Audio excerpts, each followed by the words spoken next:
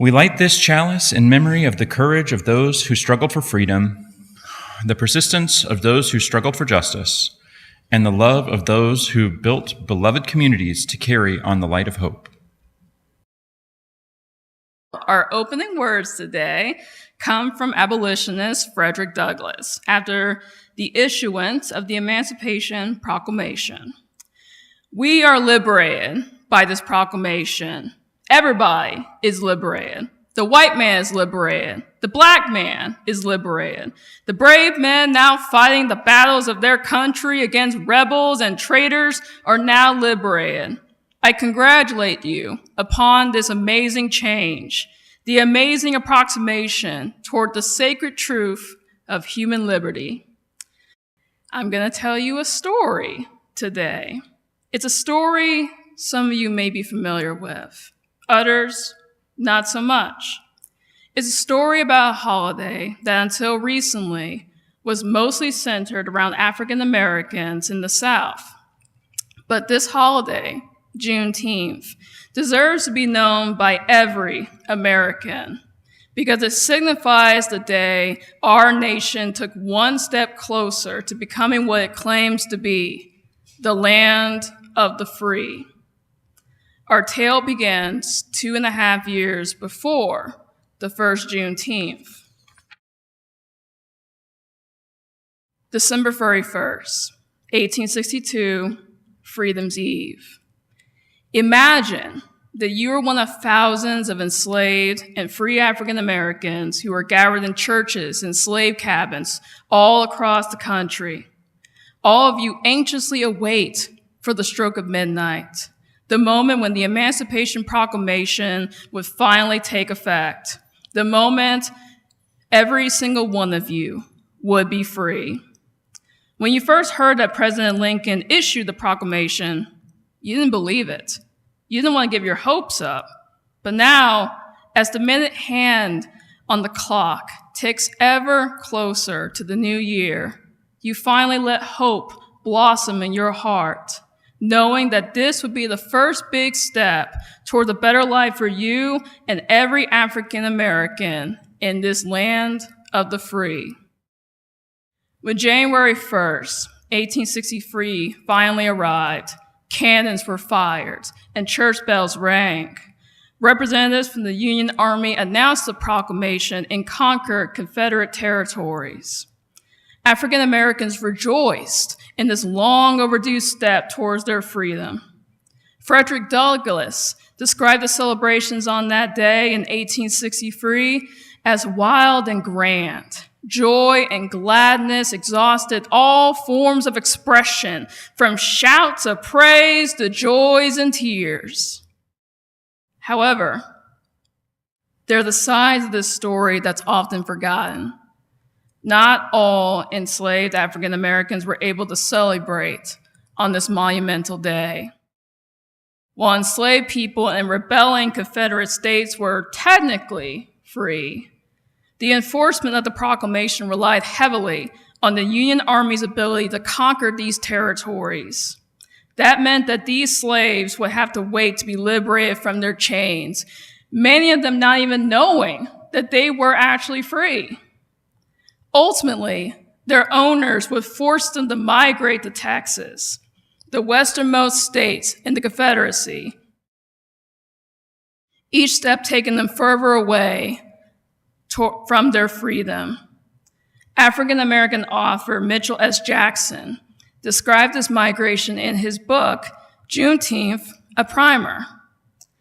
That dark exodus, all told 150,000 enslaved people, initiated by those who paid old age proclamation no damn ever mind, included processions so large that some witnesses describe them as the second coming of the Middle Passage. By June 1865, 2.5 years after the proclamation was issued, approximately 250,000 enslaved people lived in Texas. Even though so much time had passed, these people still did not know they were free. When General Granger and his men finally arrived in Texas on June 19th of that year, They took control of the city and marched through its streets, announcing Lincoln's proclamation. Black Texans heard the following on that day. The people of Texas are informed that in accordance with a proclamation from the Executive of the United States, all slaves are free. This involves an absolute equality of personal rights and rights of property between former masters and slaves. And the connection hereto existing between them becomes that between employer and hired labor. The freedmen are advised to remain quietly at their present homes and work for wages. They are informed that they will not be allowed to collect the military posts and that they will not be supported in idleness either there or elsewhere. Some of the former slaves who heard these words stood in shocked silence, astonished at their newfound freedom. Others were much more animated, expressing their overwhelming joy with hoots and hollers and hallelujahs. June 19th has been called by many names: Freedom Day, Jubilee Day, the Second Independence Day. Juneteenth is arguably its most famous. It's a name that's an everlasting reminder of the day when 250,000 people were unshackled from the chains of slavery. Since the first Juneteenth in 1865, African Americans have gathered and rejoiced with song, feasting, and prayer. These celebrations would often open with the Black national anthem, "Lift Every Voice and Sing." Over time, formerly enslaved people and their families would travel to Galveston Bay each year to celebrate. Unfortunately, these celebrations of liberation were often restricted and met with hostility. During the Jim Crow era, revelers could only celebrate on the banks of rivers and lakes, since no public venue would open its doors to them. Over time, African American groups would purchase tracts of land so that they can have a designated place to commemorate holidays throughout the year, including Juneteenth. These sites were often referred to as emancipation parks, among the most famous being located in Houston and Austin. In 1979, Governor William P. Clements Jr. signed into law the bill that would recognize Juneteenth as a state-sponsored holiday. Black Texans celebrated together for the first time the following year, and soon after that, word of this holiday would spread quickly across the South. However, many would advocate for Juneteenth to be recognized as a federal holiday. Among the most famous of these advocates comes from our neck of the woods. If you've been watching the news in the last few years, you might know who exactly I'm talking about. The grandmother of Juneteenth herself, Miss Opal Lee. Miss Lee became invested in the civil rights movement when she was 12 years old, after she and her family watched a white mob burned her home to the ground on Juneteenth.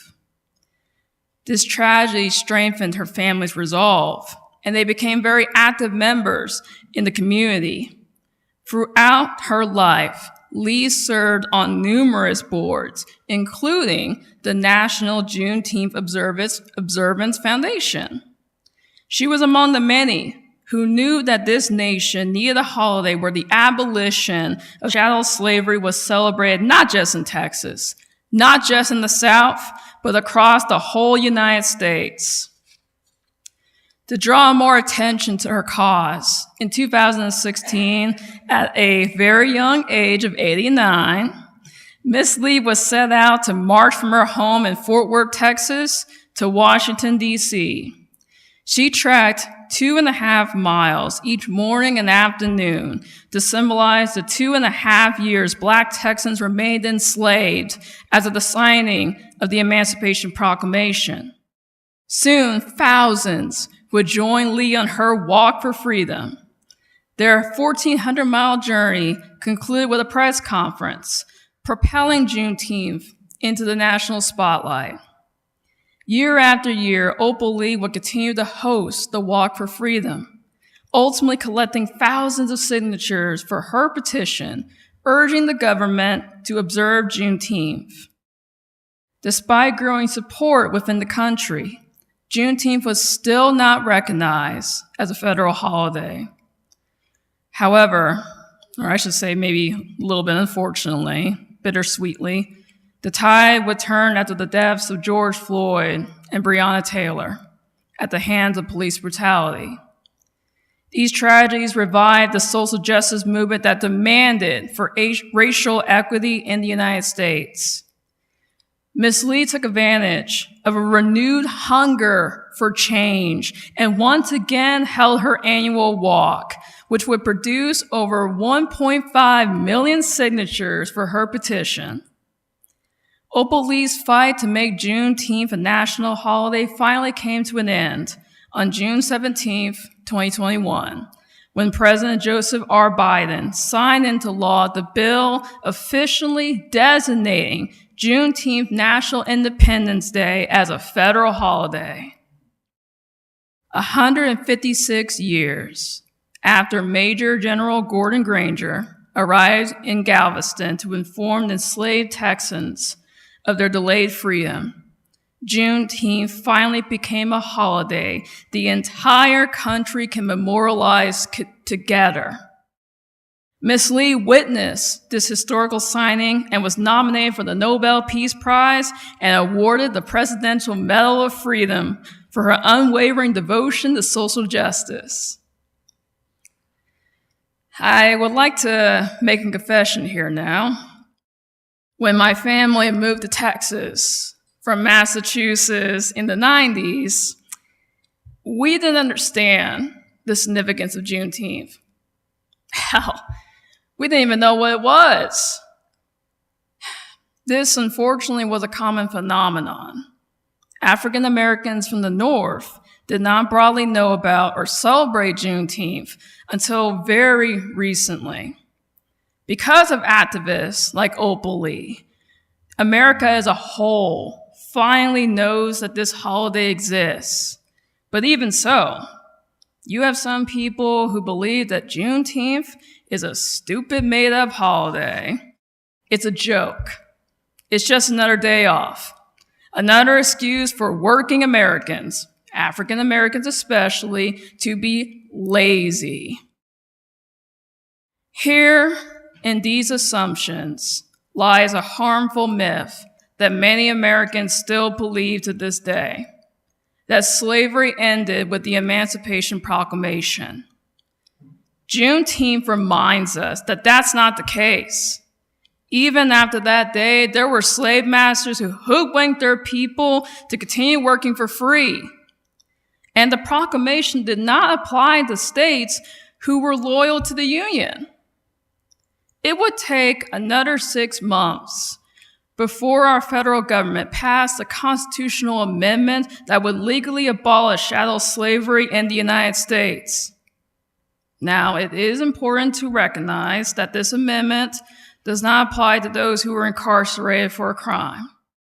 But the 13th Amendment stipulates that neither slavery nor involuntary servitude, except as a punishment for crime whereof the party shall have been duly convicted, shall exist within the United States, or any place subject to their jurisdiction. Although the 13th Amendment was ratified on December 6, 1865, Juneteenth is the only holiday we have that comes close to acknowledging that day, the end of chattel slavery in the United States. Juneteenth is not a stupid, made-up holiday, and it is just not another day off. It marks an ending, and it marks a beginning, the beginning of the Reconstruction era, of a decades-long struggle for newly free African Americans to fight for the rights and liberties promised to every citizen in this nation, to fight for racial equity, a fight that continues on to this day. African Americans are one of many groups of people who are still fighting for the right to live their lives without oppression. There's at least one other underrepresented group who knows what this is like. The LGBT plus Q, queer people. I'm not good with acronyms, I'm sorry. It's coincidental that Juneteenth is nestled amidst Pride Month. Now, there could be a risk there. The festivities of one observance could overshadow the other. That is, if we celebrate separately. But I believe this is a happy accident, that our holidays fall in the same month, with the 4th of July right around the corner. Both of our holidays, unfortunately, are under threat of erasure from a tyrannical government that was once again threatened to take away our voices. Under this overwhelming weight of oppression, it is time for this nation to realize that Juneteenth is not just another holiday off. And Pride Month isn't just another opportunity for blood-sucking corporations to take advantage of the queer community. This is the time to celebrate the month of freedom, not separate, but together. By doing so, we are telling the world that we will not be silenced, and we will not sacrifice our right to live, to exist for someone else's comfort. We are telling the world we will continue to strive for the rights that are promised to us in the Declaration of Independence, the core, fundamental document of our nation. That promise lies here in the following passage. I'm sure you probably know of this if you heard Martin Luther King Jr.'s speech. We hold these truths to be self-evident, that all men are created equal, that they are endowed by their Creator with certain unalienable rights, that among these are life, liberty, and the pursuit of happiness. By marching forward, we and every other American striving for their liberties are making this nation what it was supposed to be from the start, the land of the free. A nation where every single person can call home, carve out a living, and find community without fear of discrimination, oppression, and violence. June is about recognizing the fight for our freedoms. And our nation's 250th birthday is right around the corner. Regardless of who you are, the color of your skin, your gender, or how you love, celebrate with us and stand by our side, because every American citizen has a stake in this fight. If even one person is not free, then none of us are free. And the dream of the land of the free has still not been realized. Let us stand together in the face of this darkness. Hold your head high against the wave of oppression. Turn your fear and anger into resolve and courage. And keep marching forward as our predecessors did before us. Loud and proud, let us celebrate our month of freedom together!